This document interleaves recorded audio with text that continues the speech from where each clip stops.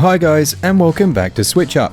Today we're going to be looking at the game Rise Race the Future on the Nintendo Switch. The Nintendo Switch doesn't exactly have a particularly rich library of racing games. Some ports have missed the mark massively in terms of the performance, while others just lack any creativity and follow the same old tropes of days gone by. When the Switch launched, one game stood out as impressive on many fronts, and that was Fast RMX. Rise Race the Future has promised from the eShop trailer, but some games have proved to be a touch dishonest in that department. Is this the next must-have racer on Switch? Let's find out.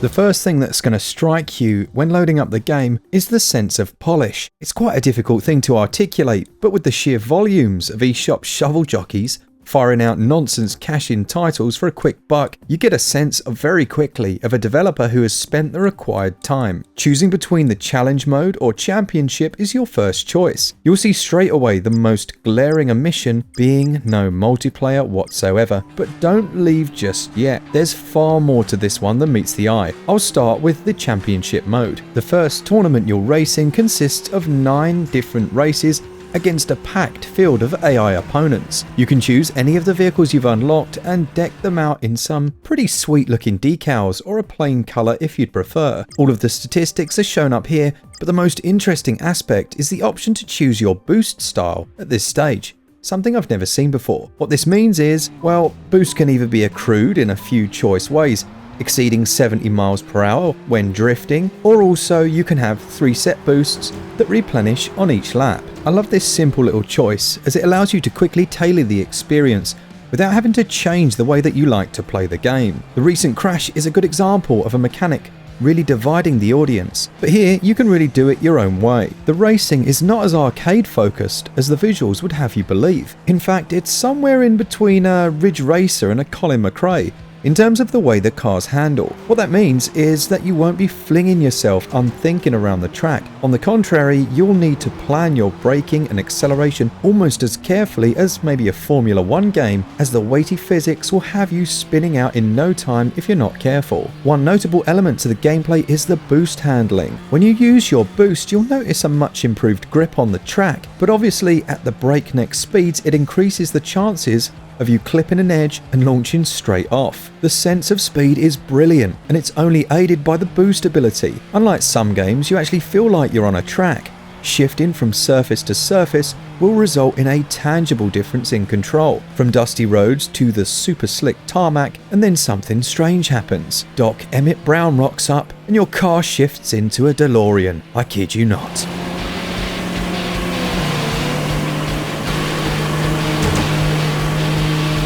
Your vehicle hovers up and the wheels shift inwards, floating you above what is then a water-based section. I absolutely love the way they implemented this. You can almost hear the design and planning meeting, can't you? Right lads, the game's running buttery smooth, it's looking great, the cars all handle well, and we have that Ridge Racer level of drifting going on, but there's something missing. Then the new kid walks in with a mini DeLorean on his keychain, and the rest's history. The water sections bring back so much wave race nostalgia, and the cars handle totally different. It's top drawer stuff. While there is no damage in the game, it's quite feasible to use your vehicle to knock others off the track and vice versa. What's also nice is to see that the CPU sometimes, not often, really messes up. So if you're behind, there's still some chance. That being said, they do tend to veer more towards the pack riding, following a predefined course around the track, rather than showing a great deal of artificial intelligence. Every racer needs its hook, and for me, it's the drifting that I mentioned. You'll be whipping the car slightly off turn and then back again, timing it to perfection to drift perfectly around a corner before slamming all your boost out of the turn. Yeah, and you'll be doing a lot of this as well.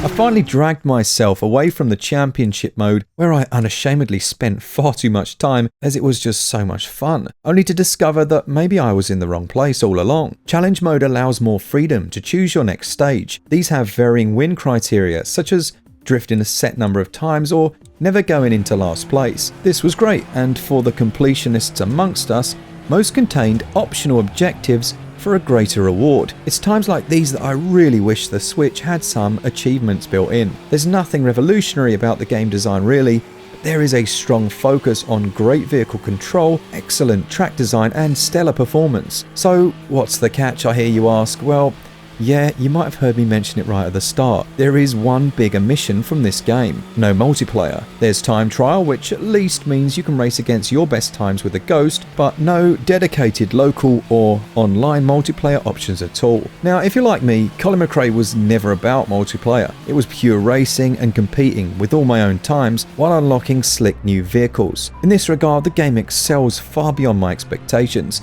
But having said that, let's be honest, some form of online is always an added bonus.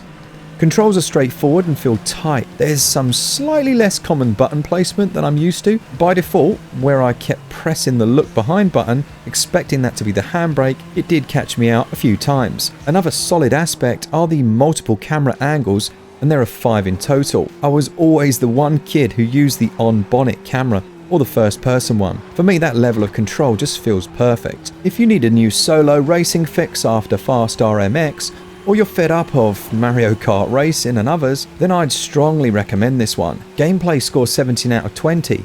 It's great, but multiplayer might just be the off-putting factor for some, while the controls score 18 out of 20. Just don't expect a totally arcade experience. Let's start with the buttery 60 frames per second performance. This game runs brilliantly. Really, they have nailed the performance. I couldn't guarantee it was 60 all the time without vigorous testing, but it's brilliant in docked, and I would say looks even better in handheld due to the crisper small screen. What I love about the game are the colours they've used. It's a racer that feels like it could exist in some near future. The transitions and animations that accompany your vehicle shifting into water form had my inner Transformer nerd buzzing. The sense of speed, as I've mentioned, is where it really hits the mark, and I've by no means gotten to some of the fastest vehicles. For my money, these are some of the nicest visuals on Switch, and that's saying something. Variety is another bonus, with enough tracks and 4 distinct environments, each of which have their own 4 ambient times of day, including different weather effects. Small details like the water flicking up onto your camera and the spray as you follow others onto the water sections, all the while running so well, put some other competitors to shame, to be honest. This is optimization done to perfection. While it's not the most amazing music ever and I haven't found myself humming along, it's definitely good enough.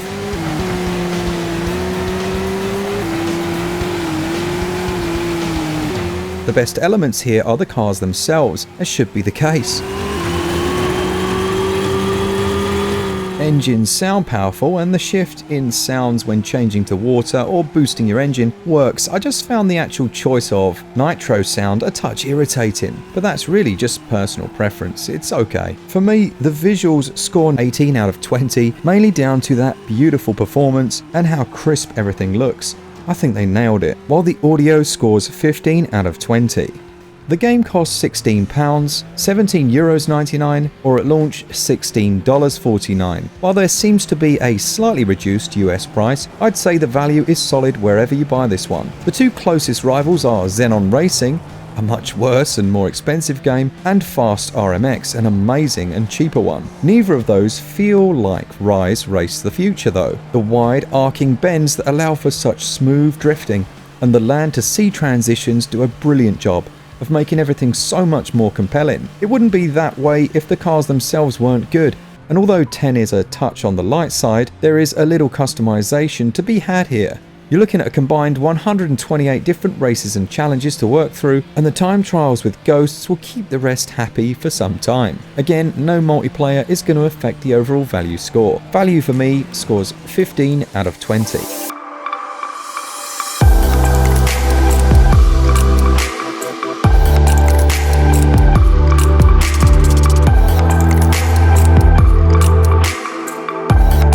Well, Rise Race the Future looked amazing on the eShop, but we've gotten savvy to that old trick. Thankfully, this time at least, the visual promises were backed up with solid racing gameplay that's the Ridge Racer come Wave Race baby, I never knew I needed in my life. It scores a Switch Up score of 84%. I'm so happy to say that. Great Scott. Thanks to our Patreons for all of their support, and to the rest of you who leave comments on every single one of our videos. You can guarantee we read all of them, even if we don't always get the time to reply like we'd like to. Remember, we're giving away that free Nintendo Switch game, and maybe check out some of our other content on the channel. For all things Switch all the time, keep it Switch Up. Cheers guys, see ya!